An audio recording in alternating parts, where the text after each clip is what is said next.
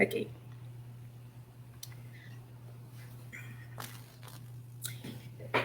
Super, je pense que là, c'est bon. Bon, bonjour tout le monde. La page Parole a été mise en place pour mettre à la disposition des jeunes béninois et des moins jeunes les outils qu'il faut pour se développer sur le plan professionnel et sur le plan personnel aussi. Je m'appelle Atma Adongo Chodor et je suis en compagnie de trois jeunes talentueux béninois aujourd'hui. Bonjour Cynthia, bonjour Emmanuel, bonjour Bonjour. Kevin.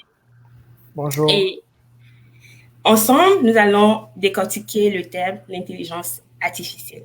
Donc, sans trop de protocole, je vais les laisser se présenter. Donc, on commence par Cynthia. Alors moi je m'appelle Cynthia Baounou, j'ai 31 ans et je vis à Rennes en France. Et je suis docteur en traitement d'image et du signal et je travaille en fait en tant qu'ingénieur d'études sur des aspects intelligence artificielle pour des clients afin d'améliorer leur process industriel. Et je suis très contente de faire partie de ce live et j'espère qu'on va vous apprendre des choses ou en tout cas, ou du moins qu'on en apprendra l'un de l'autre, c'est sûr. Super. Emmanuel. Moi, je m'appelle Emmanuel, j'ai 26 ans, j'habite à Montréal.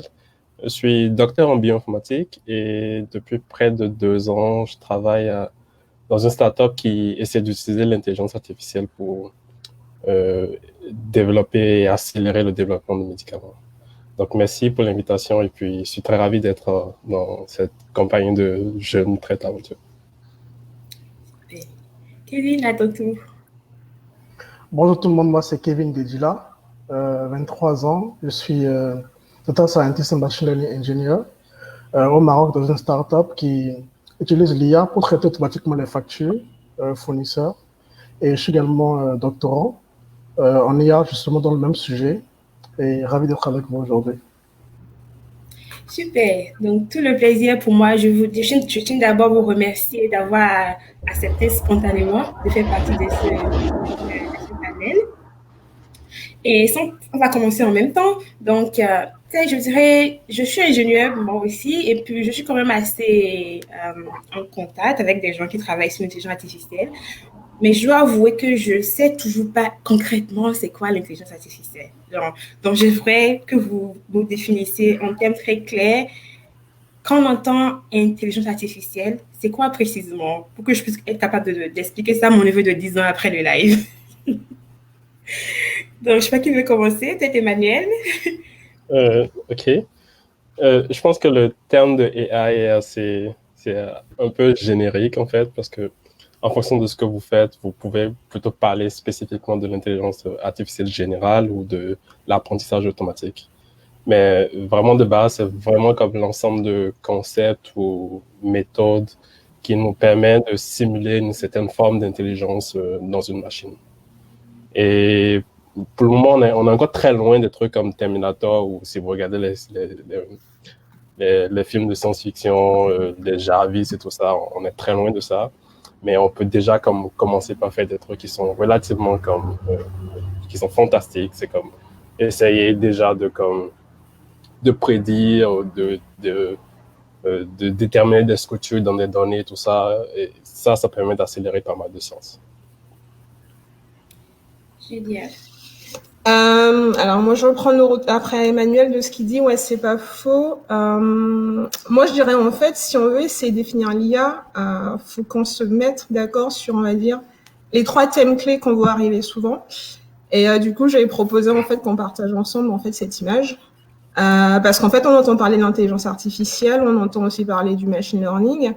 Et allez, depuis 5 ans on entend vachement parler d'un truc, c'est le deep learning. Et moi, j'ai tendance à dire qu'il ne faut pas oublier que l'intelligence artificielle, c'est pas nouveau. Ça date des années 50. Et que, comme dit Emmanuel, en fait, c'est un ensemble de techniques. On peut voir l'intelligence artificielle générique. Mais pour moi, de base, il faut se dire que l'intelligence artificielle, c'est dès qu'on peut mettre en place un système informatique pour qu'un ordinateur puisse prendre des décisions. Mais attention, c'est pas forcément des décisions... comme on voit aujourd'hui, celui de la reconnaissance de visage ou quoi. Si on pense au GPS, même avant Google, si on pense au GPS, si certains ont connu les GPS Garmin et tout ça, ça reste de l'intelligence artificielle, c'était déjà le cas, parce qu'on essayait juste de minimiser un court chemin entre un point A et un point B. Et le machine learning, c'est une partie de l'intelligence artificielle où on va implémenter, comme dit Emmanuel, des techniques pour prendre des décisions avec des informations plus complexes. Et là, on parle vachement là de tout ce qui est deep learning, qui est un bout du machine learning où on va se focaliser sur un type de réseau particulier. C'est les fameux réseaux de neurones dont on entend parler, qui finalement, en fait, ont la prétention, si je peux dire ça, de simuler en fait notre réseau de neurones au niveau du cortex. Du cerveau. On ne fait que simuler et ça ne reste que de l'aide à la décision. Faut bien savoir que la différence entre nous et une IA, c'est que l'IA va pouvoir prendre des décisions sur des échantillons qu'elle a vus et qu'elle peut se tromper sur quelque chose qu'elle ne connaît pas. Alors que nous, on a quand même la capacité de pouvoir mettre en accord plein de connaissances et d'avoir un début de résultat qui peut être plus ou moins fiable sur des choses qui sont nouvelles. Donc, il faut bien garder en tête que en tout cas, moi, je vais parler d'intelligence artificielle sur la grande globalité. Je ne vais pas forcément me focaliser que sur le deep learning ou que sur le machine learning. Il ne faut pas oublier que l'intelligence artificielle, c'est pas nouveau. On en parle beaucoup parce qu'on est monté en puissance de calcul, mais c'est très, très vieux, quoi. C'est des années 50 et ça reste quelque chose d'assez générique, comme dit Emmanuel. Il n'y a pas qu'une définition de l'intelligence artificielle. Il n'y a pas qu'une façon de faire l'intelligence artificielle, il y a plusieurs façons de faire l'intelligence artificielle. C'est pour ça qu'on peut s'y greffer en fonction de tous les domaines dont on vient. Voilà ce que moi je peux dire pour compléter ce qu'a dit Emmanuel. Donc, si je comprends bien, on peut mettre dans l'intelligence artificielle toute technique qui a comme objectif de conférer à l'ordinateur le pouvoir de prendre des décisions. Alors moi, j'aime pas trop le terme du pouvoir parce que... c'est la capacité? Ouais, c'est une capacité, mais en fait, elle est pas magique. On va vraiment se baser sur un ensemble de règles. Si on part de l'IA de base, finalement, je vais faire simple, hein, c'est des additions, des soustractions, des multiplications, ce n'est rien de plus que ça, un réseau de neurones. Si on parle de ceux qui font vraiment peur, on va dire que l'avantage qu'on a aujourd'hui, c'est qu'on a de plus en plus de puissance de calcul et du coup, on va pouvoir prendre des décisions sur de plus en plus d'échantillons. Mais c'est vraiment, faut pas oublier que ça reste de l'aide à la décision et que normalement, on peut remonter en fait au pourquoi du comment on a pris ces décisions-là. On va dire sur les réseaux les plus simples. Sur les réseaux les plus compliqués, c'est un peu, c'est plus costaud. Mais ce n'est pas magique. Faut pas croire ça. C'est basé sur des connaissances qu'on a à partir des données, hein, et c'est basé sur des structures de calcul qui certes simulent le fonctionnement des réseaux de neurones, si on parle de cela, mais en fait finalement qui sont un peu les connexions que nous on a en fait au niveau du cerveau entre nos synapses. On essaie de simuler ça, mais ce n'est pas magique et je ne suis pas sûre qu'on prendra des décisions mieux que les humains. On peut trouver des raisons en fait qu'on ne trouve pas nous humains parce que on traite pas forcément toute la chaîne et que des fois on va très vite.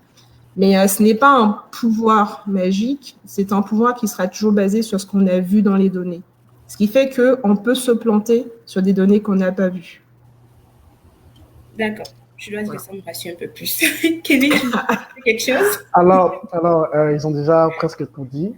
Comme l'a dit Cynthia, c'est vraiment un domaine très élargi. C'est pas seulement le deep learning dont on parle depuis les années 2010. L'IA, c'est tout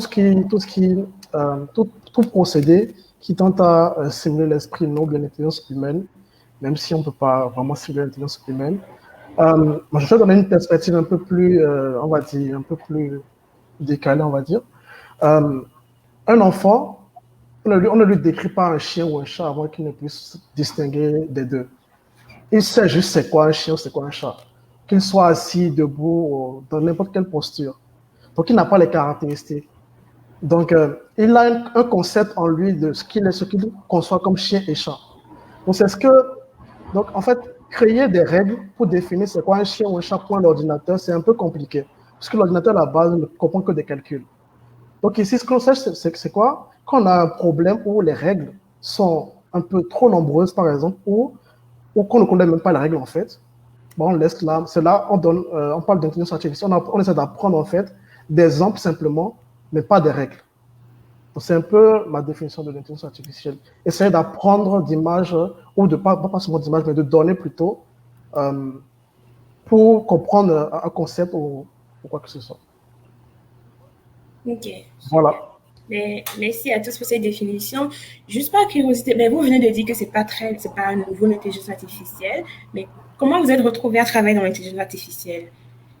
Est-ce que c'était un choix depuis le début que je vais faire de l'intelligence artificielle, mais c'est votre formation qui vous a amené vers ce chemin-là? Cynthia, je peux commencer. Alors, moi, je me suis retrouvée en IA, on va dire, de par ma formation, parce que j'ai eu, quand j'ai commencé, en fait, moi, à la base, je voulais créer une société de télécom au Bénin. Je l'ai pas mis en parenthèse, mais bon, c'était mon but à la base. Donc, je suis rentrée, en fait, en cours d'informatique et de télécom. Et moi, j'ai eu la chance, en fait, de passer par un labo à Poitiers, en fait, qui est un labo d'images. En fait, on fait des cours de traitement d'images en cours, en master 1. Et moi, j'ai fait des cours de reconnaissance de forme. Alors, c'était les tout premiers cours d'intelligence artificielle. En gros, on reconnaissait des objets. En fait, c'est là où je me suis dit, ah, mais en fait, c'est marrant, je peux faire plein de choses avec ça.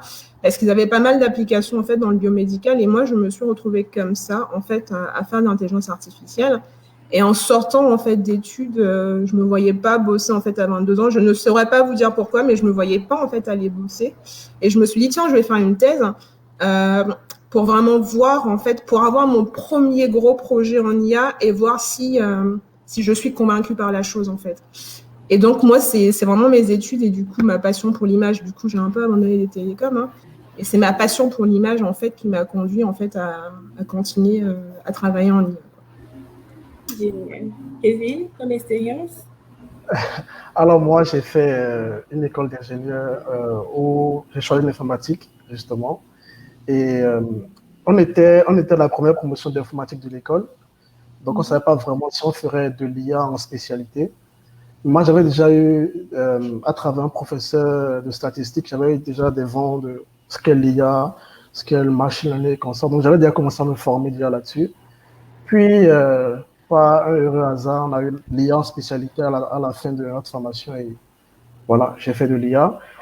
Et c'est tellement intéressant que j'ai voulu continuer en thèse également actuellement là-dessus. Donc, si je comprends bien, tu es en train de faire un doctorat actuellement dans l'IA sur le sujet. Ouais, ouais. Génial. Bon courage. Emmanuel.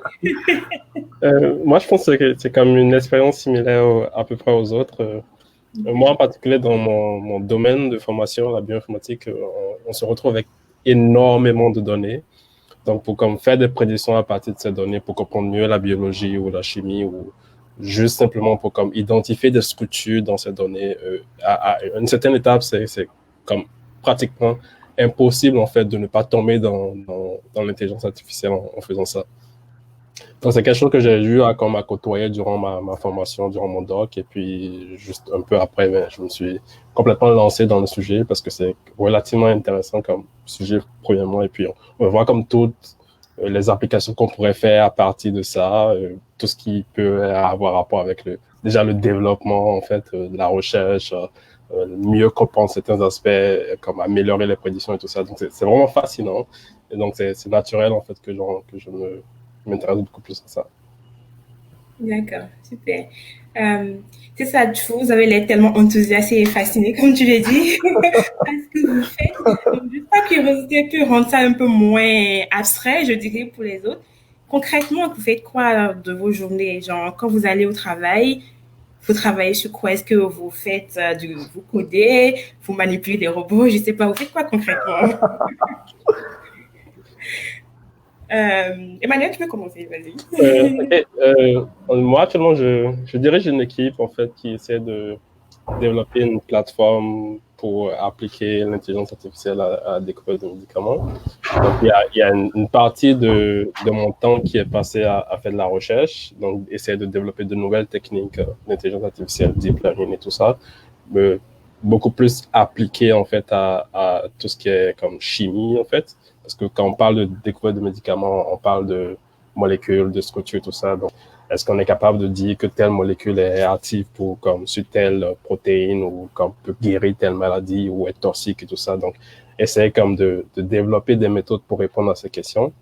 Et aussi, de l'autre côté, essayer de développer on appelle ça des méthodes génératives, en fait, pour trouver de nouvelles structures de molécules, en fait, qui pourraient répondre à des questions précises, comme, supposons quand on parle du COVID, par exemple, est-ce qu'on est capable de trouver comme un médicament, en fait, un nouveau médicament qui va potentiellement comme contribuer au traitement de cette maladie. Donc, c'est ce genre de questions auxquelles on essaie de répondre, et pour ça, on développe à la fois de nouvelles techniques, mais aussi on essaie comme d'appliquer des techniques existantes et puis de les tuner un peu, en fait, pour que ça fonctionne dans le domaine.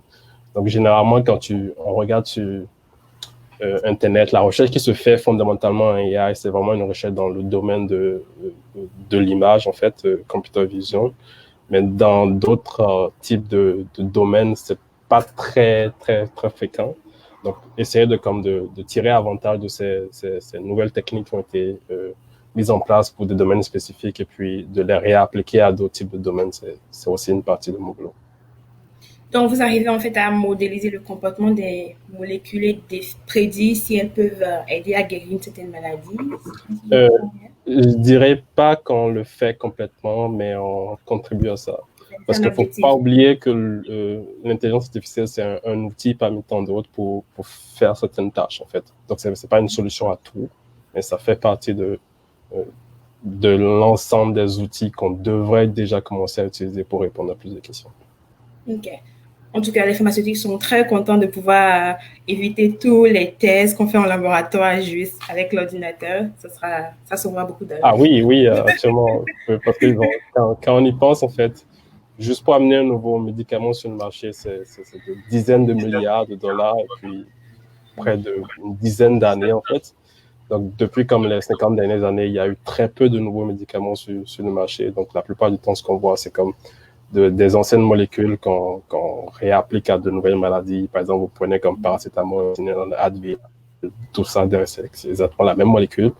Ou récemment, quand on parlait de COVID, il y a des gens qui ont proposé la quinine, hydrochloroquine et tout ça. Ça, c'est des médicaments qu'on connaissait déjà, donc c'est vraiment rien de nouveau. Donc, il y a cette façon de réadapter des trucs qui existaient déjà.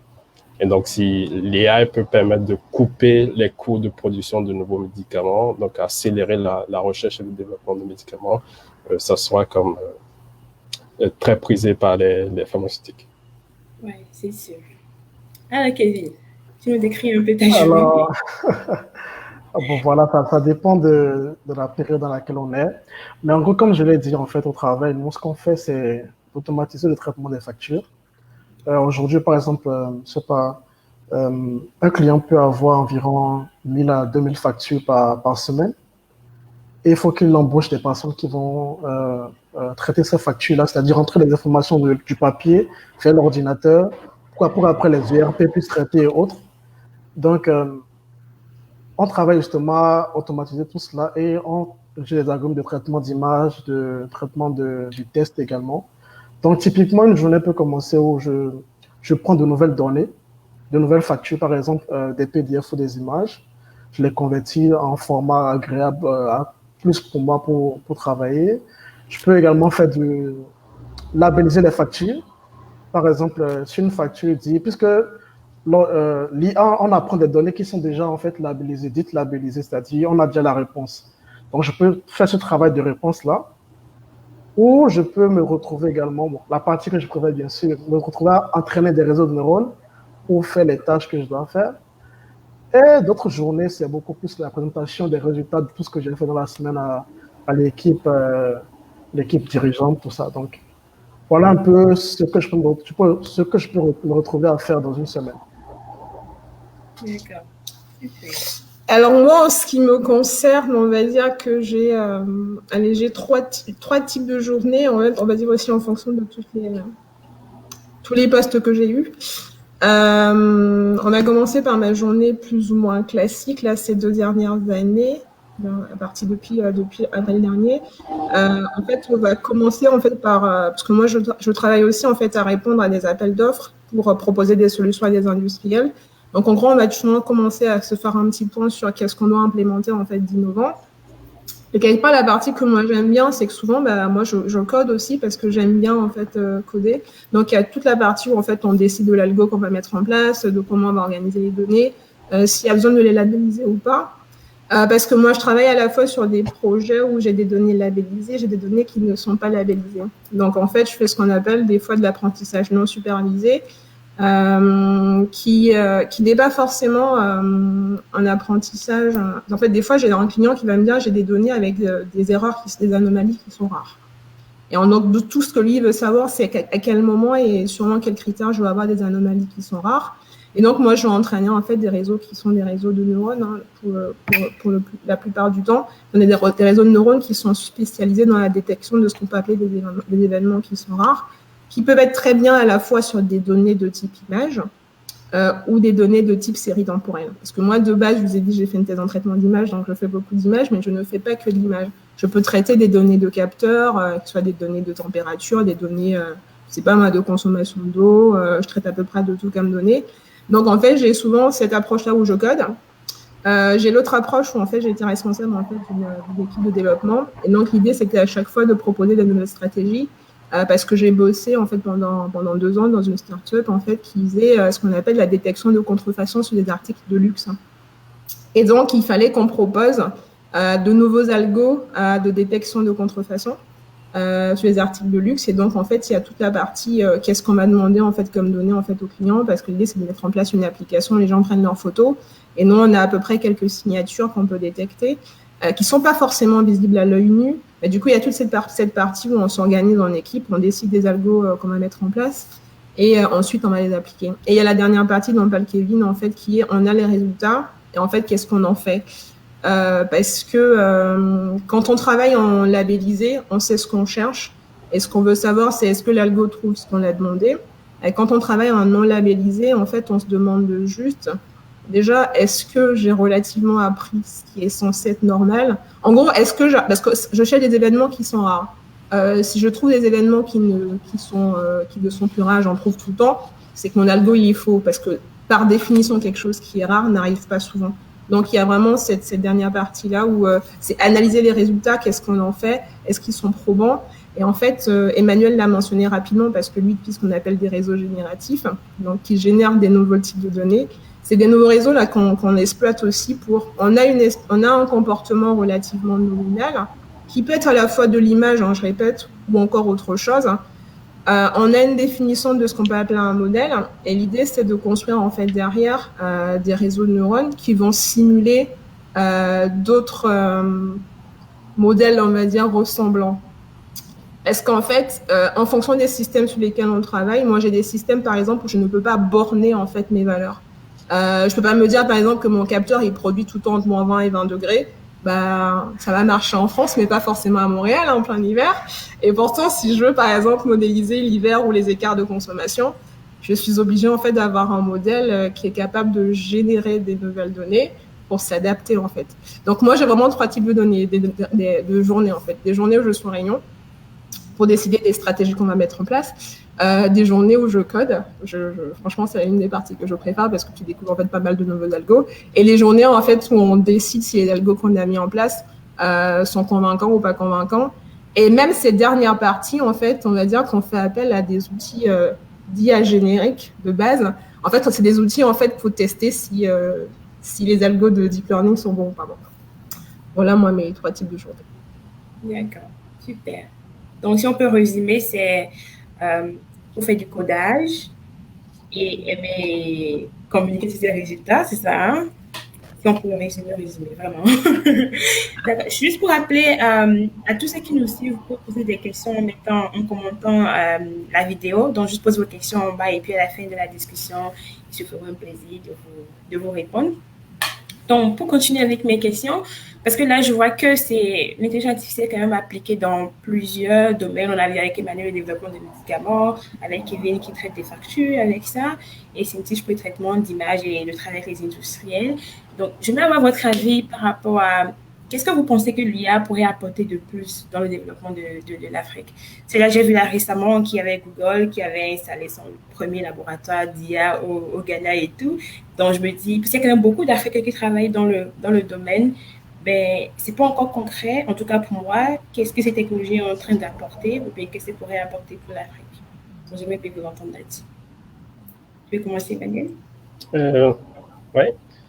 Je dirais que le premier objectif, c'est d'abord pouvoir accélérer la recherche dans d'autres domaines. Donc déjà, même quand, je sais pas, première année d'université ou même déjà au secondaire où vous faites de la régression linéaire, c'est en quelque sorte une forme d'intelligence artificielle déjà. Donc, vous arrivez, vous voulez prédire comme le futur, prédire comme étant donné un nouveau point, en fait, c'est où est-ce que ça tombe sur une droite. C'est déjà de l'intelligence artificielle. Donc, comme si on est déjà comme capable d'utiliser ces outils, en fait, pour accélérer la recherche dans d'autres domaines, c'est déjà un plus. Comme ça peut être n'importe quoi, comme j'ai des amis en faculté d'agronomie, en fait, qui font des modèles relativement, on peut les qualifier de AI et tout ça, donc c'est un avantage. Et aussi, vu que je pense que la plupart des autres pays se positionnent relativement bien en tout ce qui est comme AI, donc c'est aussi important que le continent africain, le Bénin en particulier, en fait, s'y intéresse aussi. Et c'est aussi une question de sécurité, parce qu'on a vu récemment, il y a eu pas mal de choses qu'on peut faire avec le AI, comme les deepfakes et tout ça. Donc, c'est avoir la capacité comme d'informer la population, d'instruire la population sur ces nouvelles technologies. C'est un avantage, en fait, pour s'assurer, en fait, que dans cette situation actuelle où il y a comme, où les données sont importantes et puis on n'est pas capable de contrôler nos données, mais si on comprend la technologie qui utilise les données derrière, c'est déjà un pas. Donc, il y a tout ce qui a rapport avec comme la sécurité, comme mettre en place comme un système pour accélérer d'autres domaines de recherche. Mais on peut voir aussi n'importe quel type d'application, comme des applications comme réelles, comme je prends l'exemple de chatbots, en fait. Donc, vous avez comme AI appliqué au service. Donc, je dirais comme, si je prends l'exemple de chatbot, en fait, où tu as comme tu vas sur un site, en fait, et tu veux avoir un service et à la place d'avoir comme quelqu'un qui te répond à la question, mais si tu as des questions comme classiques, comme une FAQ, en fait, tu as le chatbot qui est capable de répondre à ces questions-là. Donc, il y a pas mal d'applications, il y a une multitude d'applications, et puis je pense que juste, en fait, en se basant sur ce principe d'accélérer comme d'autres domaines, l'AI, c'est un sujet important à considérer. Super. C'était Alors, moi, je dirais qu'en fait, pour moi, l'IA peut apporter beaucoup, en fait, à l'Afrique et au Bénin en particulier, en fait, parce que je trouve que l'IA, en fait, a l'avantage, maintenant qu'on a la puissance de calcul, en fait, ça remet tout le monde on va dire, ça remet la balle au centre, si je peux dire. Parce que finalement, ce sont des outils qu'il faut s'approprier et finalement, chacun va développer les applications dont il a besoin parce qu'on sait, comme dit Emmanuel, en fait, que les données sont sensibles. Moi, je sais qu'avant-hier, j'entendais un truc à la radio qui m'a paru tellement flagrant. C'est une journaliste qui écrit un livre qui disait « ça ne nous viendrait pas à l'idée d'aller conduire en fait une voiture sans avoir un permis de conduire.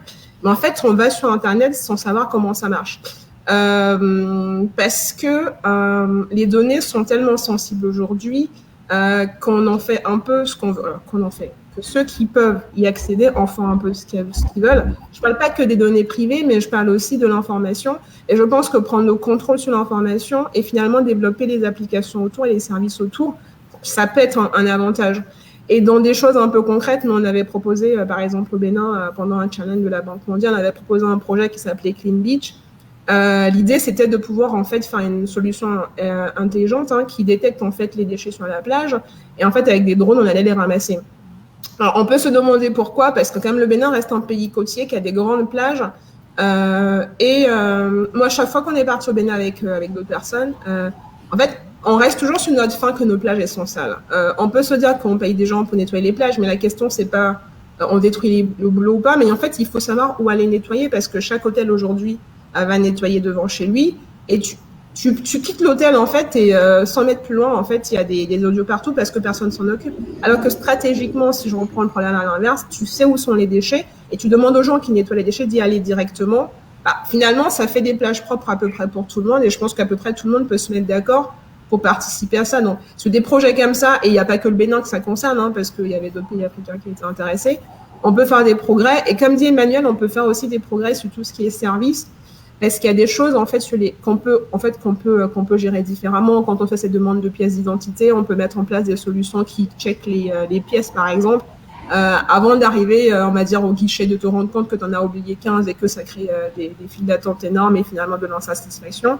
On a des solutions comme ça. On peut créer des solutions d'alerte, hein, comme Facebook l'a fait pendant les attentats en France. On peut très bien créer les mêmes systèmes en fait au Bénin, par exemple, en pleine période de crue, parce que la crue à Cotonou, c'est quand même un fléau, hein, si on peut dire ça. Parce que tout le monde quasiment a un téléphone, on peut très bien créer un système de crue pour dire aux gens, mais attention, les eaux montent, soit rentrez chez vous, soit n'y allez pas, ou faire des systèmes de cours à domicile quand les gens sont vraiment sous l'eau. Pour moi, il y a énormément d'applications concrètes au Bénin, hein, où on peut avoir des solutions intelligentes parce qu'on a l'avantage où quasiment tout le monde a un téléphone. Et du coup, ce n'est plus le moyen en fait d'information qui est le problème. C'est plutôt la façon dont on crée les applications pour créer l'information. Et pour moi, il faut les moyens quand même. Il faut la volonté politique.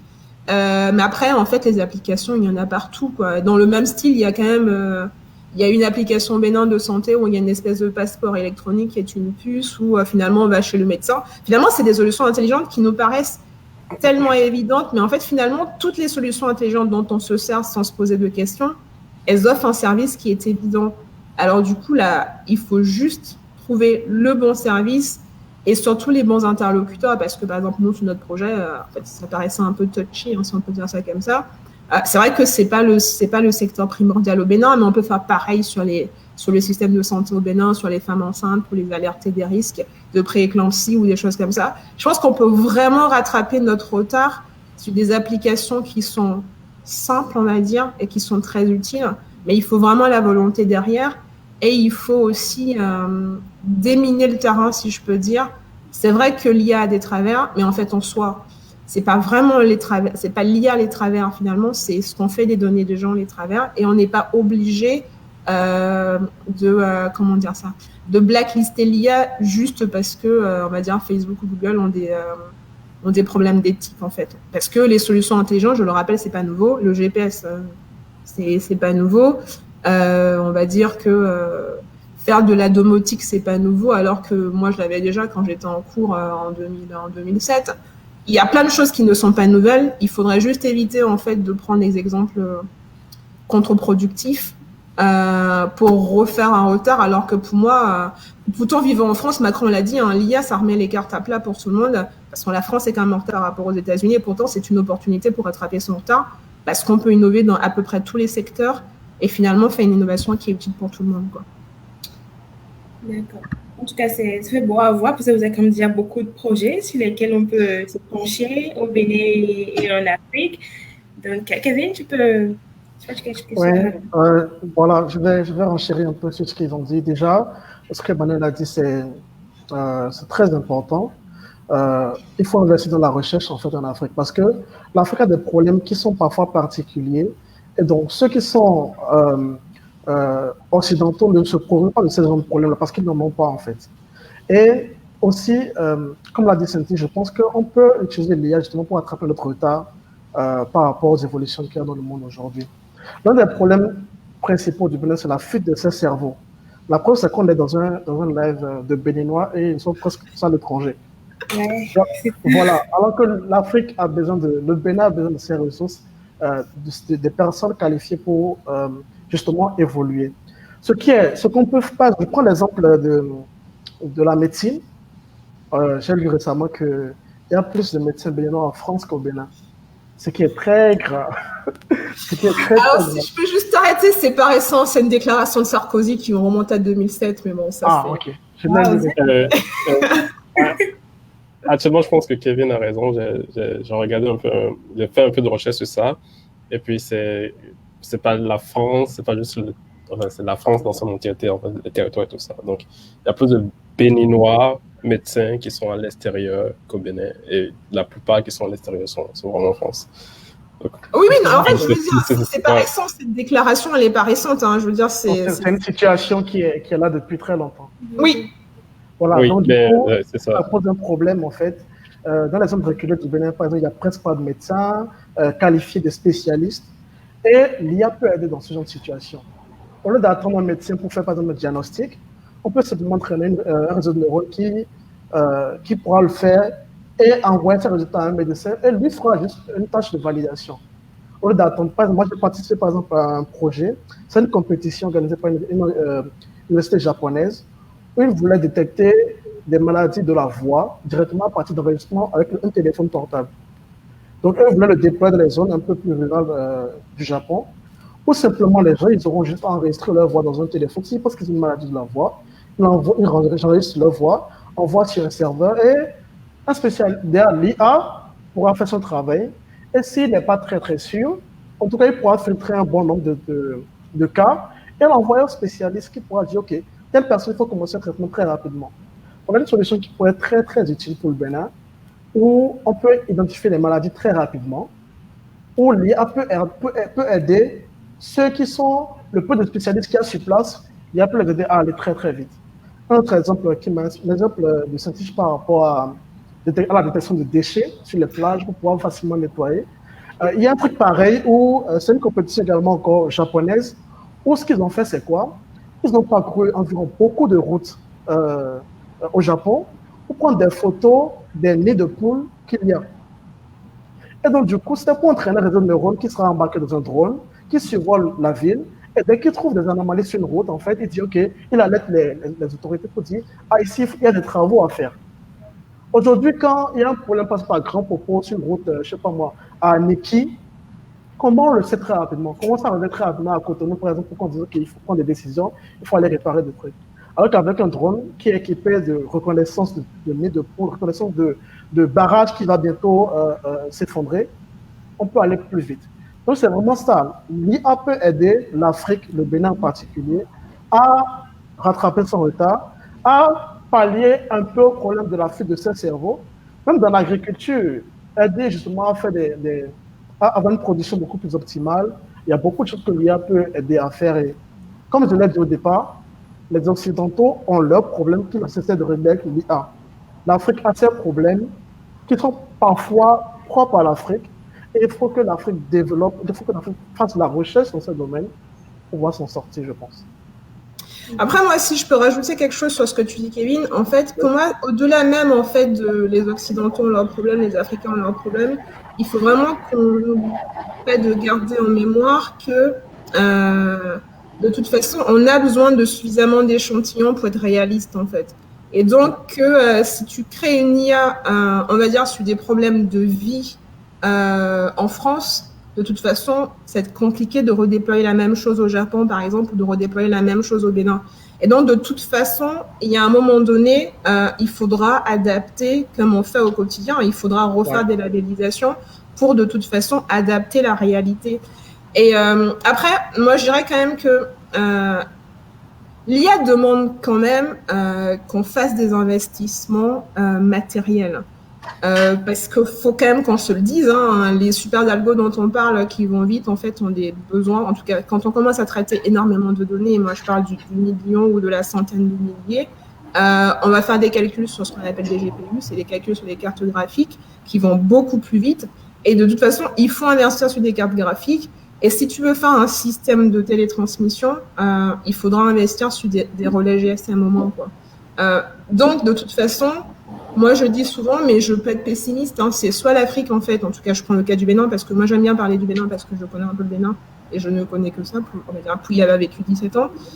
Il faut qu'on investisse, en fait, mais vraiment d'un point de vue matériel, parce que tu peux avoir des solutions qui ne sont pas déployables. Ou finalement, faut pas non plus que l'IA, en fait, crée ce que j'appellerais de la paupérisation. Faut pas qu'avec l'IA, en fait, on se retrouve, en fait, à avoir des choses accessibles aux classes moyenne haute ou même aux classes hautes, hein, tout simplement, et que les classes basses n'y acceptent pas parce que tout simplement elle vit, je sais pas moi, dans le fin fond du Bénin où elle capte que dalle, où tu vis aux Agégués, où tu vis à Gambier et que tu ne captes rien, et que de toute façon, si on a mis ça en place, tu n'y auras pas accès.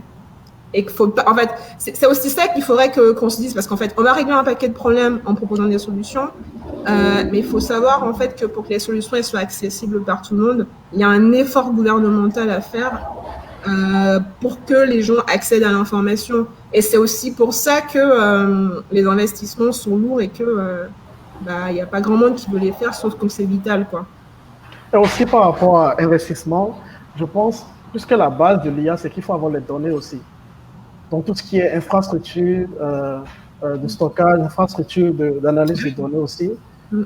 Il faudra également aussi, il faut une stratégie de collecte de données qui va dans un but précis pour régler une problématique. Donc, il y a de l'investissement vraiment matériel aussi à faire en amont avant de commencer à parler d'algorithmes, je sais pas moi, d'IA. Et oui, non, mais il y a vraiment un vrai problème sur la partie données, sur la partie gestion de données. Et je dirais même, en fait, si je prends le cas du Bénin, mais peut-être que je vais me faire lyncher, je suis désolée pour votre page, les filles, si on se fait tuer, mais il y aura aussi un problème de dépendance énergétique. Parce que non, mais une salle serveur, faut que ça reste à un certain degré et que si on connecte des données, qu'on les connecte tout le temps, et que finalement, la France a signé avec l'Europe la RGPD, mais il faut que les gens, quand ils donnent leurs données, ils savent pourquoi ils les donnent et pas pour autre chose. Parce que on va dire qu'on a besoin de données, on en a besoin, mais il faut pas oublier qu'il faut que les données soient sécurisées et que du coup, que les données soient alimentées et que la salle serveur, c'est con à dire, mais s'il y a une salle serveur, mais bon, il n'y en aura pas qu'une, parce qu'il y a quand même des très bons ingénieurs béninois qui sont en réseau. Il y en a au Bénin, moi j'en ai rencontré quand on était il y a 2 ans pour le concours. Mais il faut quand même que, en fait, il y a une notion de dépendance énergétique qu'il faut régler, qui fait que on peut pas avoir des coupes au réseau n'importe quand. Parce qu'on collecte les données des gens et que je ne veux pas perdre leur paquet comme ça en plein milieu de rien et leur dire que leur paquet a disparu, quoi. Oui, je comprends bien. Enfin, avec vos interventions, je rends compte qu'il y a quand même un travail profond de sensibilisation à faire autant au niveau de la population qu'au niveau des gouvernements. Oui, en fait, il y a un travail à faire pour la population, en tout cas, moi je dis de base, mais c'est pas que l'IA. Par exemple, quand on est sur Facebook, il faut savoir que, moi je dis toujours un truc, si on ne peut pas effacer sa trace sur Internet, ça paraît méchant ce que je veux dire, faut pas en laisser. Et quand on se sert de Facebook ou de Google, faut lire les clauses de confidentialité, faut savoir à quoi s'attendre. C'est con à dire, mais si ton cousin a tagué Al-Qaïda ou je ne sais pas quoi et a raconté un truc, c'est con pour toi, mais c'est désolé pour toi, mais tu es sur la liste. Donc en fait, il faut déjà, ça c'est la première partie parce que on dit que les IA sont dangereuses, mais en soi, les applications qu'on utilise, mais tous sur nos téléphones, sauf quand on a vraiment que ça à faire, on se tape toute la clause là, mais sinon ça fait ça quoi. Tu vois, tu commences la page de la ligne 100, tu t'arrêtes. Il faut bien savoir qu'on donne nos données pour quelque chose. Faut avoir ça en tête et faut vivre avec ça. Et du coup, c'est pas pour ça qu'il faut blacklister les IA, parce qu'en soi, l'IA, ce n'est qu'un programme, parce que c'est la collecte de données qui pose souvent problème. Et il faut avoir la même réflexion quand on va monter des IA en Afrique. Il faut bien se dire la même chose. On refait pas les erreurs des autres parce que les autres en ont déjà fait. Donc, il faut bien, au moins, avoir la chance, pas du débutant, mais la chance de ceux qui viennent après. C'est ce qu'on a fait, je peux dire, dans la gestion de la Covid. En tout cas, je trouve que les Africains, en tout cas, ont essayé de prévenir la chose, on va dire, peut-être mieux que les autres pays qui se sont pris la vague dans la face. Donc, pour moi, il faut vraiment faire attention à ça. Problématique de la collecte de données, des infrastructures et de à qui on confie la gestion des données et surtout la sécurisation des données, parce que les données, c'est la base de l'IA et il faut qu'elles soient sécurisées, que les gens se sentent en sécurité en utilisant ton application. En tout cas, merci pour toutes ces interventions. On se rend compte qu'il y a quand même beaucoup de paramètres à prendre en compte pour la protection de la vie privée, même si on veut essayer d'aller rapidement, on veut faire très attention. Et j'espère vraiment que ces messages vont tomber dans les bonnes oreilles et qu'on va pouvoir en faire quelque chose. Alors, juste maintenant un peu plus pratico-pratique, parce que là, vous avez toutes fait vos formations à l'extérieur. Admettons qu'il y a un jeune béninois qui veut se faire former en informatique supérieure, c'est quoi ses options actuelles? Il faut forcément qu'il quitte le pays ou bien il peut quand même suivre des choses au Bénin? Je ne sais pas si vous avez des formations, mais des choses en ligne que vous pourriez proposer à des jeunes béninois qui sont intéressés par la filière. Je dirais qu'il y a beaucoup de ressources en ligne, on a des tonnes. Peut-être un truc limitant, c'est peut-être la langue, en fait, parce que la plupart des ressources qu'il y a pour tout ce qui est rapport à l'intelligence artificielle est généralement en anglais, donc ça peut être limitant. Mais si je prends des trucs comme le site du Zéro qui est devenu Open Classroom, il y a comme des formations en AI, même juste en allant sur YouTube, il y a des gens qui essaient de vulgariser comme le AI, la science, la recherche derrière, tout de suite. Et si vous êtes si vous êtes à l'aise avec l'anglais, je pense qu'il y a pas mal de certificats comme sur Coursera, des trucs de Stanford et tout ça qui vous donnent des diplômes en AI. Donc, vous avez des formations gratuites que vous pouvez suivre. Donc, les ressources sont disponibles. Tout ce qui reste, d'après moi, c'est vraiment comme la curiosité et puis le désir d'aller apprendre. Après, moi, je rajouterais quand même que je pense qu'il y a des choses qui sont faisables au Bénin parce qu'il y a pas mal de ressources, mais je pense qu'avoir une bonne base mathématique, c'est pas mal. En fait, ça permet de pouvoir, on va dire, survivre à travers les vagues. Moi, si je prends mon cas, j'ai commencé par la reconnaissance de forme et des réseaux de neurones simples. Avant de passer au deep learning, j'ai fait du traitement d'image essentiellement et que maintenant, je fais des séries temporelles. D'avoir une bonne base en maths, en fait, en stats, comme disait Emmanuel, par exemple, dans le cas de la régression, par exemple, ça permet de pouvoir s'adapter en fait aux nouveaux algos qui finalement ne sont que des combinaisons de plein de petites méthodes. Donc, avoir une bonne base en maths, une bonne base en stats et en apprentissage artificiel, on va dire, de base en réseau de neurones, c'est pas mal. Moi, je sais que, après, je suis pas forcément très agent, mais je sais qu'à la fac, au Bénin, par exemple, il y a le professeur Ronji qui est spécialiste en IA. Donc, je pense que faut pas hésiter en fait à se rapprocher des gens. Et leur demander, par exemple, qu'est-ce qu'ils conseillent, parce que comme dit Emmanuel, franchement, il y a pas mal de cours. C'est vrai que la limitation, c'est la langue, mais après, sinon, il faut apprendre, il faut essayer d'apprendre l'anglais. Il y a plein d'applications qui existent, Duolingo, il y en a pas mal.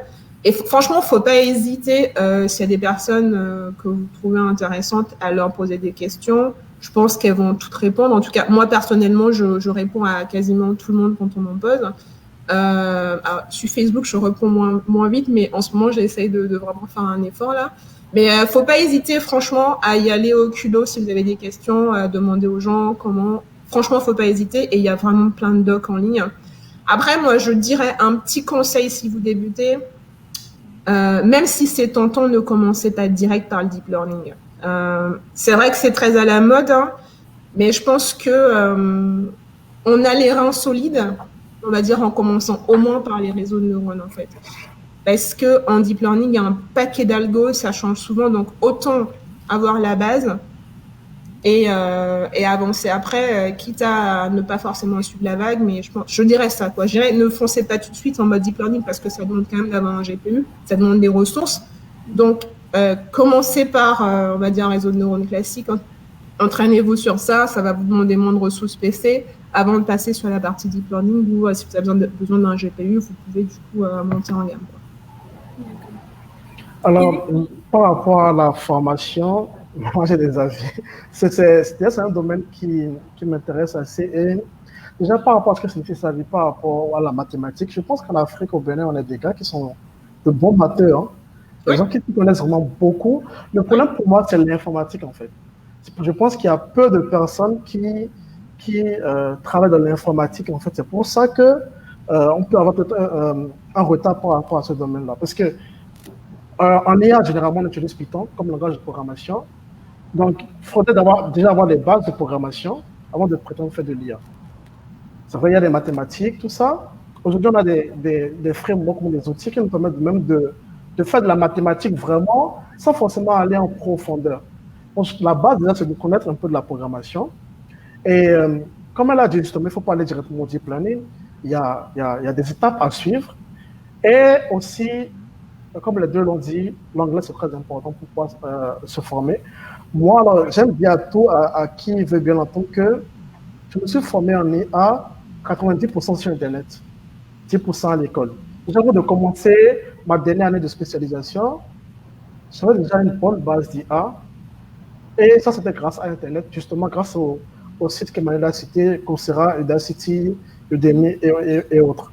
C'est vrai qu'en français, il n'y a que Open Classroom que je connais actuellement, mais il y a des gens qui font des efforts sur YouTube, j'en fais partie également, créer faire de la régulation déjà en français, puisque les gens, il faut qu'ils comprennent déjà ce que ça veut dire l'IA, ce dont ils ont besoin déjà en français dans leur langue, pour être assez curieux maintenant et aller chercher sur Internet. Donc, il y a des gens qui commencent à faire des efforts dans ce sens avec YouTube. Et voilà, donc, je pense qu'il faut de la curiosité. Okay. Il faut une connexion Internet qui soit assez bonne pour un jeune béninois. Donc, il faut une connexion limitée. Il faudrait réduire peut-être le coût de la connexion aux gens. Donc, il y a des contraintes qui sont propres au Bénin, justement, on va dire. Mais en gros, il faut de la curiosité. Il faut se former en anglais. Et chercher. Ok. Donc, c'est très possible de se faire former en IA même si on habite à côté. Ouais. Il y a beaucoup de livres gratuits. Il y a beaucoup de livres gratuits. Même si tu n'as pas la connexion Internet à haut débit, il y a beaucoup de livres gratuits où tu peux prendre et te former de A à Z aujourd'hui. Pas forcément avoir un niveau d'expert, mais avoir un niveau où tu peux continuellement lire des papiers de recherche, en fait, Ok. et comprendre de quoi on parle. Oui. D'accord. Puis j'aimerais aussi préciser quelque chose, c'est pour comprendre les AI, les techniques et tout ça, mais comme Cynthia l'a dit, vous avez besoin de maths, statistiques, probabilité, ça c'est requis. Pour pouvoir l'utiliser, ben, c'est bien de comprendre, mais vous n'avez pas nécessairement besoin de comprendre les équations mathématiques derrière tout ça. Vous pouvez quand même les utiliser. Pour les implémenter, vous avez besoin de savoir coder. Mais il y a aussi cette nouvelle vague de framework qu'on appelle no-code, en fait, où on peut comme offrir comme des petites cases qu'on peut agencer ensemble, en fait, faire rouler quelque chose. Donc ça, il y a des gens qui proposent comme des systèmes qui sont backés derrière par l'AI. Donc c'est encore utilisable par quelqu'un qui n'a pas eu cette formation comme AI ou qui n'a pas eu la chance d'apprendre, en fait, à comprendre, en fait, le fonctionnement de l'AI. Et j'aimerais aussi comme préciser qu'il y a pas mal de plateformes en ligne qui offrent des services de cloud computing. Des fois, ils proposent des démos gratuites, en fait, qui vous permettent, en fait, d'utiliser comme ce système, en fait, pour tester, implémenter ou rouler, en fait, vos algos AI. Donc, je pense qu'un jeune béninois aura aussi la possibilité d'exploiter ce genre de services, en fait, pour lorsqu'il s'intéresse à l'AI. Oui, comme il y a Google Colab, par exemple, qui est une plateforme où tu as des GPU qui te sont offerts gratuitement pour 12 heures de temps, par exemple. Si tu en veux plus, tu peux payer. Honnêtement, c'est juste la curiosité, une bonne connexion Internet et pouvoir coder. Savoir coder, c'est important. Après, moi, je rajouterais quand même que, ouais, il faut savoir coder. Après, je pense qu'on peut s'en sortir si on n'est pas forcément très expert. Et moi, je dirais aussi, après, c'est vrai qu'on a pas mal d'applications, on va dire, d'IA qui font du traitement d'image. Et le problème de l'image, c'est que c'est lourd. Donc, moi, je dirais qu'une des alternatives, c'est parce que du coup, il y a quand même pas mal d'exemples. Là, par exemple, sur Kaggle, il y en a par exemple. Il faut quand même regarder les séries temporelles parce qu'il y a pas mal d'applications où on a des séries temporelles. Et les séries temporelles, en fait, elles sont un petit peu moins gourmandes que les applications en traitement d'image. Donc, ça fait, on va dire, c'est aussi une façon, parce qu'on voit énormément, parce qu'en fait, c'est l'image qui a commencé à tout, on va dire, à exploser en IA. Et en fait, du coup, on a besoin de beaucoup de ressources, mais il n'y a pas que du traitement d'image. Et pourtant, je suis une nana de l'image. Il y a tout ce qu'on appelle série temporelle, il y a pas mal de choses. Donc, il y a d'autres alternatives pour faire de l'IA, on va dire, sans ressources énormes, en fait. D'accord. Merci à tous pour ces ressources que vous venez de partager avec nous. J'en avais d'autres questions, mais là, on est un peu short sur le temps, donc on va prendre quelques questions. Je vois qu'il y a quand même beaucoup de gens qui ont posé des questions et on va essayer d'y répondre rapidement pour pouvoir rester dans le temps. Donc, la première question, c'est de la part de Pessid qui est à la régie. Merci Pessid de pouvoir gérer ça avec moi. Donc, elle veut savoir si l'application pour détecter la contrefaçon est déjà sur le marché ou pas. Alors, mais en fait, mes anciens collègues, ils travaillent toujours. En fait, c'est authentifié.com en France, en fait, où vous avez, on fait des services où on paye et on achète, vous achetez. Alors, il vaut mieux pas acheter, avoir déjà payé son sac, vous envoyez en fait un ensemble d'images et en fait, on vous dira si votre sac ou votre montre est authentique ou pas. Donc, oui, c'est un vrai service qui existe et il suffit d'aller sur le site authentifié.com. Super. Donc, est-ce qu'on a assez de données au Bénin pour les domaines que vous avez cités? Je dirais que celui qui contrôle les données contrôle l'application de l'AI, en fait. Donc, lorsqu'on considère l'AI en général dans chaque pays essaie probablement de répondre à des questions spécifiques au pays, donc on collecte des données pour ça spécifiquement. Donc, si on veut faire quelque chose de pareil au Bénin, comme les autres en ont parlé, ben, il faut mettre en place l'infrastructure, un système pour collecter les données et puis les normaliser, les storer, tout ça. Donc, ça, c'est important. Donc, on n'a pas de données spécifiques à des problèmes du Bénin, mais on a quand même assez de données relativement génériques, en fait, qu'on peut, surtout maintenant avec comme l'existence de ce qu'on appelle le meta-learning, en fait, à apprendre à la machine à apprendre. Donc, on commence par quelque chose qui est relativement générique et puis ensuite avec de petits datasets plus spécifiques, on est capable comme d'avoir comme des performances relativement étonnantes sur ce dataset. Donc oui, on est encore un peu loin de la collecte de données au Bénin parce qu'on ne s'est pas vraiment intéressé à l'application de l'AI pour ça.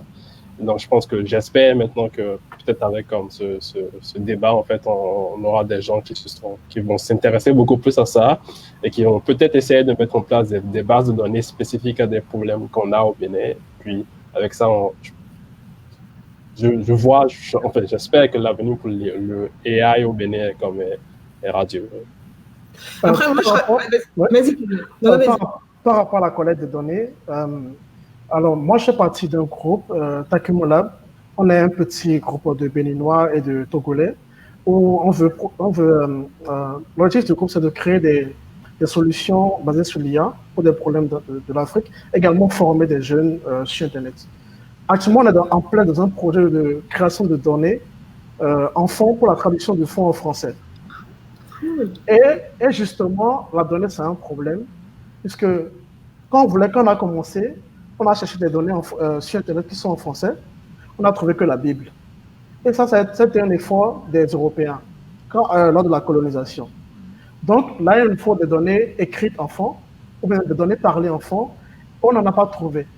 Et heureusement, c'est une entité, je pense, je ne sais pas si vous connaissez, c'est AI4D, une entité de IA pour le développement de l'Afrique, qui nous sponsorise actuellement pour qu'on puisse collecter de la donnée. C'est-à-dire, on est en train de contacter des traducteurs au Bénin qui vont donner des tests en français, qui vont donner l'équivalent en fond. Mais on irait tellement beaucoup plus vite si on avait par exemple le gouvernement qui était impliqué dans cette collecte de données pour dire, OK, voilà, nous voulons qu'aujourd'hui la vendeuse qui est à Tokyo puisse faire, au lieu de dire un OK Google, qu'elle puisse parler, commander peut-être, je ne sais pas, un Gozim par exemple, avec la voix en fond. Si le gouvernement avait cette vision, on irait beaucoup plus vite dans la collecte de données, puisqu'il y aurait justement beaucoup plus un gros accompagnement et des moyens qui vont avec. Aujourd'hui, on a de petits sous avec l'UNESCO qui sponsorise un peu, mais quand on parle de collecte de données, ça doit être une stratégie gouvernementale, ça doit être une stratégie nationale pour pouvoir aller vraiment beaucoup plus vite. Aujourd'hui, on a les compétences pour créer des modèles de traduction de nos langues vers le français, l'anglais et vice-versa, mais la donnée reste un problème très important et seul on ne peut pas le faire. Il faut une stratégie beaucoup plus globale pour ça. D'accord.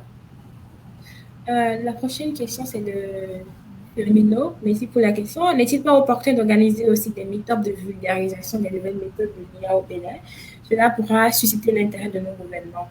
Cependant, l'IA peut aussi conduire à la destruction des emplois. C'est une question que j'avais gardée. Ça manque de temps. Vas-y, Emmanuel. Oui, je peux essayer de répondre à ça. Je vais commencer par la fin d'abord.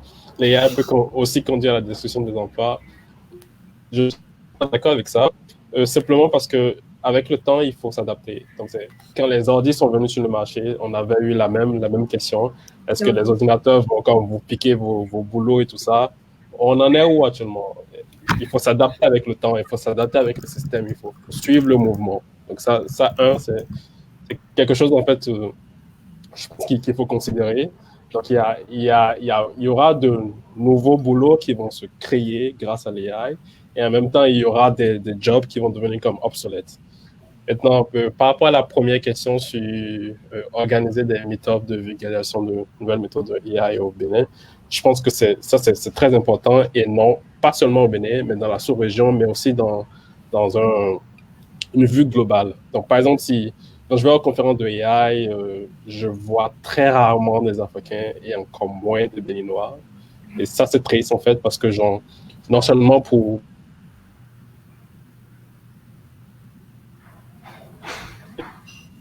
Donc, le gouvernement ne finance pas comme... Ok, je disais que, le gouvernement ne finance pas comme la recherche déjà, et donc encore moins la recherche en AI. Donc ça, c'est quelque chose à revoir. Et deux, c'est pas juste comme organiser les meet-ups au Bénin, mais comme viser un peu plus la sous-région et puis amener les gens à aller dans des conférences internationales. D'accord.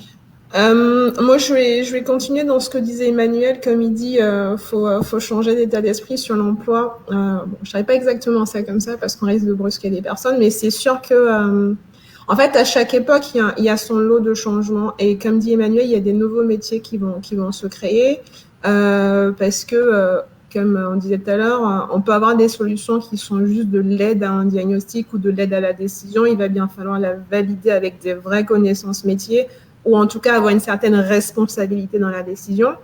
Puis, il faut aussi former les gens à pouvoir prendre en main les nouvelles interfaces, les nouvelles applications qu'on fait. Il faut former les gens à labelliser les données, hein, parce qu'il y a des gens qui le font en ce moment, on oublie ça, mais il y a des personnes dont le taf, c'est de labelliser la donnée et que c'est pas forcément si évident que ça. Il faut former des gens à la collecte de données, à savoir sous quel format on collecte les données, en essayant de réduire le plus possible le bruit. J'entends ici les données inutiles ou les données erronées. Mettre en place un système qui propose de la diversité dans la donnée parce que pour qu'une IA soit le plus fonctionnel possible, il faut qu'elle puisse s'adresser à la plus grande diversité. Donc, il faut collecter des données diversifiées. Par exemple, je prends un exemple simple, mais peut-être que tout le monde va trouver ça un peu extrême. Si je fais une détection de visage, si je prends une IA où on n'a que des noirs, ça ne marchera pas sur des asiatiques. Ça va peut-être rappeler à des gens les premières applications de détection de visage, mais ça s'appelle juste de la diversité. Et c'est pour ça que c'est important que chaque pays, si je peux dire ça comme ça, adapte en fait ces modèles à ces réalités. Donc non, en fait, oui, on va détruire des emplois, mais en fait, on va pas faire pire qu'avant, quoi. On va créer des nouveaux emplois. Il faudra s'adapter. Même nous, hein, parce que moi, par exemple, entre 2011 et maintenant, mon métier a changé. Donc, j'ai dû m'adapter. J'ai pas commencé par des réseaux profonds. J'ai changé avec le temps. Donc, il faut apprendre en fait à s'adapter avec le temps. Alors, est-ce que c'est pas opportun d'organiser des meet-up au Bénin? Alors, moi, je suis complètement d'accord. Je parle du Bénin parce que je suis béninoise. Après, il faut savoir aussi que il faut faire les choses avec des personnes sur place. Faut trouver le bon créneau, le bon moyen. Et moi, j'irais jusqu'à dire qu'il faudrait aussi pas organiser que des meet-up pour parler de l'IA parce que, ok, on parle des métiers d'aujourd'hui, mais pour moi, il faut former en fait les enfants à dans 10 ans, à dans 20 ans, leurs métiers vont changer. Et donc, moi, je suis partisane complètement d'informer les enfants dès qu'ils sont en première ou en seconde, à quels sont les futurs métiers qui s'offrent à eux, qu'est-ce qu'on fait avec un ordinateur, comment ça se passe. C'est le cas, par exemple, en France, de la fête de la science. On va dans des lycées pour montrer à quoi ça allait dériver, des choses comme ça.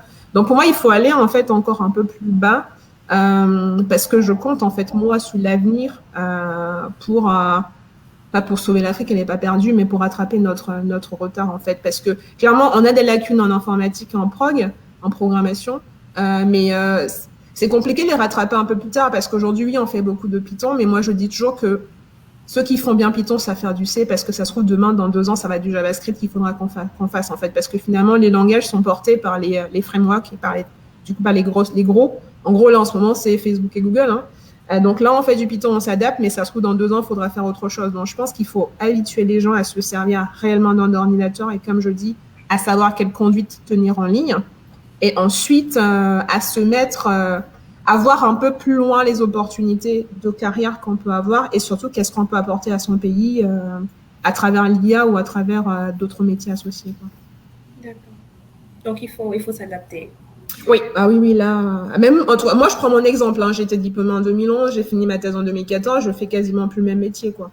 Okay. J'ai déjà changé 15 fois de réseau de neurones, autant vous dire que... Donc, on va prendre la toute dernière question. Donc, ça vient de Libéral. Félicitations à vous. Que peut faire une citoyenne comme moi pour aider dans la collecte de ces données pour la traduction du français en fond? Par rapport à ça, si vous savez écrire en fond, déjà prenez n'importe quel texte que vous trouvez sur Internet et traduisez. Pour nous contacter également parce qu'on a une stratégie de collecte aujourd'hui. On cherche beaucoup plus de personnes qui peuvent le faire. Bien sûr, c'est pas gratuit. S'il y a des gens qui peuvent le faire gratuitement, on a de faibles moyens, mais en tout cas, on a besoin de gens pour cela. Il y a également une nouvelle start-up qui s'appelle Dialect AI, qu'un Béninois a créé, où ils ont une application mobile actuellement. J'ai oublié le nom. Une application mobile où on peut s'enregistrer, en fait. Là, on vous présente des tests en français et vous allez le dire en fond avec votre voix. Et comme ça, on pourra avoir également des applications de speech to test, mais de speech to speech. Donc, il faut se renseigner par rapport à Dialect AI. contactez-nous également à Takumu Lab ou sur ma page Kevin Dedila et on pourra voir ce qu'on peut faire ensemble. En tout cas, on a besoin de tous ceux qui savent écrire le fond au Bénin pour pouvoir résoudre ce problème-là. Super. Peut-être, Kevin, tu pourras nous faire parvenir tous ces contacts pour qu'on le publie sur la page plus tard pour ceux qui sont D'accord. Et puis moi, j'en profite parce que Kevin, tu parles du fond. Je pense que tu peux te rapprocher aussi. Tu peux voir sur la page IDEMI, j'en fais partie, mais ils sont beaucoup plus actifs que moi. En fait, on a créé un collectif qui s'appelle IDEMI. Je les ai croisés quand j'étais à Cotonou, justement. Mais tu peux te rapprocher parce qu'en fait, ils mettent en place des choses pour le fond. Moi, je te dirais pas que je suis une bonne traductrice du fond. Encore le goût, je t'aurais dit, mais le fond, je comprends, mais... D'accord. On est à la fin de ce live. Je sais qu'on a encore beaucoup de choses à dire, mais le temps nous fait défaut. Donc, je vais vous laisser dire un petit mot pour finir chacun. Emmanuel, tu veux commencer? Je suis très ravi d'avoir participé à ce débat et puis ravi de faire ta connaissance, Kevin, et puis Cynthia. Donc, j'espère en fait que ce débat va comme susciter pas mal d'intérêt pour les jeunes Béninois qui vivent spécifiquement au Bénin, en fait, pour tout ce qui est comme qui rapport au AI, en fait. Et puis, si vous avez des questions, en fait, par rapport au domaine, si vous avez besoin de ressources, en fait, n'hésitez pas comme à essayer de joindre comme n'importe lequel d'entre nous, en fait. Et puis, ce sera comme un plaisir pour nous de vous aider autant qu'on peut. En fait, moi, je dirais exactement comme Emmanuel et je rajouterais quand même que j'ai envie de voir plus de femmes en fait en IA parce qu'il n'y en a pas encore beaucoup. Il n'y a pas énormément de Béninoises que je croise, en tout cas que j'ai croisées quand j'allais au Conf. Et donc, j'aimerais juste en fait qu'on se dise que c'est pas qu'un métier d'homme. Et c'est un métier pour tout le monde. Et franchement, si vous avez des questions, n'hésitez pas. En tout cas, moi, je me ferai un plaisir en fait d'aider, d'apporter des informations si je peux aider.